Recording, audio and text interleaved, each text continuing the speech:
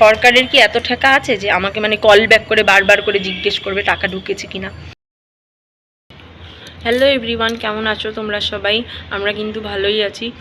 দিনকালের যা পরিস্থিতি, এতে মনে হচ্ছে আর বেশি দিন ভালো থাকা যাবে না। তো মেন পয়েন্টে আসি, সময় নষ্ট না করে। কয়েকদিন আগে আমাদের সঙ্গে একটা অনেক বড় ফ্রড হয়ে গেছে, তো ভাবলাম তোমাদের সঙ্গেও শেয়ার করি।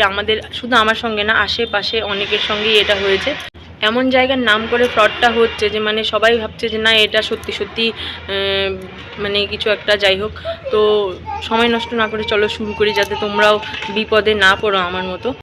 ব্যাপারটা হচ্ছে যে প্রেগনেন্ট অবস্থায় আমরা যারা হেলথে মানে ওই ইঞ্জেকশান মানে ভ্যাকসিনগুলো আমরা যারা দিয়েছিলাম, তারা কিন্তু আমরা সকলেই জানি যে আইসিডিএস থেকে প্রথম বেবি হওয়ার পর আমরা একটা অ্যামাউন্ট পাই। কেউ কেউ হয়তো 3000 বা কেউ কেউ 5000 টাকা। তো সেই টাকাটা কিন্তু আমি পাইনি, বা আমার সঙ্গে মানে আমার মনে হওয়ার সময় আশেপাশে মানে একটু এইদিক ওইদিক, মানে 2 দিন এইদিক বা 2 দিন ওই দিক এরকম যাদের ছিল, তো তারা কিন্তু আমরা কেউই পাইনি। সবাই অ্যাপ্লাই করেছিলাম, ফর্ম ফিল আপ করেছিলাম, ওই সেন্টার থেকেই মাসি এসেছিলো। তো কিন্তু যে কারণে হোক আমাদের হয়নি। 2-3 দিন আগেই আমি এরকম মাম্মাকে নিয়ে ছাদে বসেছিলাম। তো সেই সময় আমাকে ফোন আসে। তখন কটা বাজে, 12টা 12:30। আমি মাম্মাকে স্নান করাতে এসেছিলাম। স্নান করাতে এসে মাম্মার সঙ্গে একটু খেলা করছিলাম। তো সেই সময় আমার কাছে একটা ফোন আসে আননোন নাম্বার থেকে।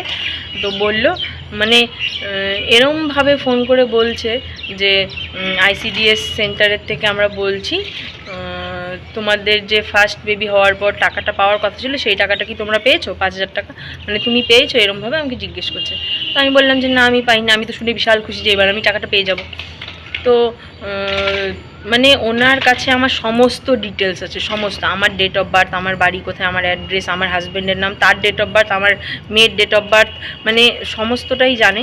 তো সেই সব কিছু বললো। এবার ওই সব শোনার পরে আমি কী ভাববো যে নিশ্চয়ই সত্যি। তো আমাকে বলছে যে এরকম টাকাটা তোমার অ্যাকাউন্টে ঢুকে গেছে, তুমি একটু দেখো তো। তো আমি ভাবলাম যে ঠিক আছে, চেক করে নিই।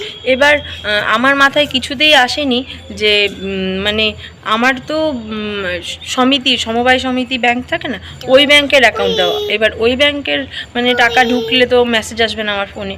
তো যাই হোক, আমার মানে ওই কথাটা মাথাতেই ছিল না। তো আমি কি করলাম, আমি বললাম যে ঠিক আছে, আপনি লাইনে থাকুন, আমি দেখছি।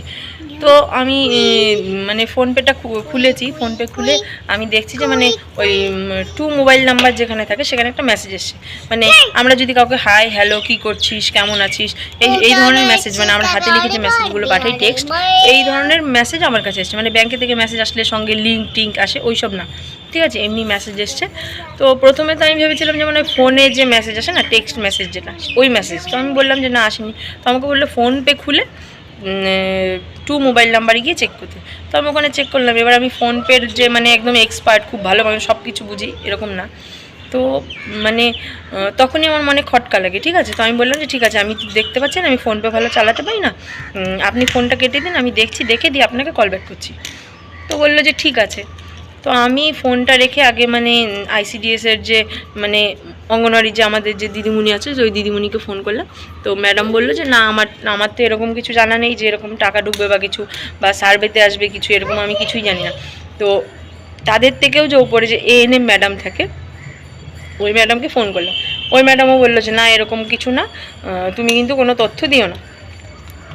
তারপর আমি আমার হাজব্যান্ডকে ফোন করি। তারপর ও আমাকে বললো যে না, তুমি একদম করবে না, তুমি যদি কিছু প্রেস করো, তোমার কিন্তু মানে ওখানে অ্যামাউন্ট দিয়ে পেতে ক্লিক করলে কিন্তু টাকা কিন্তু চলে যাবে। তাই আমি বললাম যে ঠিক আছে। তারপর বিশ্বাস করো, মানে সরকারের কি এত টাকা আছে যে আমাকে মানে কল ব্যাক করে বারবার করে জিজ্ঞেস করবে টাকা ঢুকেছে কিনা। ঠিক আছে, আমাকে না হলে 4-5 বার করে ফোন করছে। তো কোন নাম্বার থেকে ফোন এসছে আর কি মেসেজ এসেছিলো আমি এখানে স্ক্রিনে দিয়ে দিচ্ছি, তোমরা দেখতে পারবে, ঠিক আছে।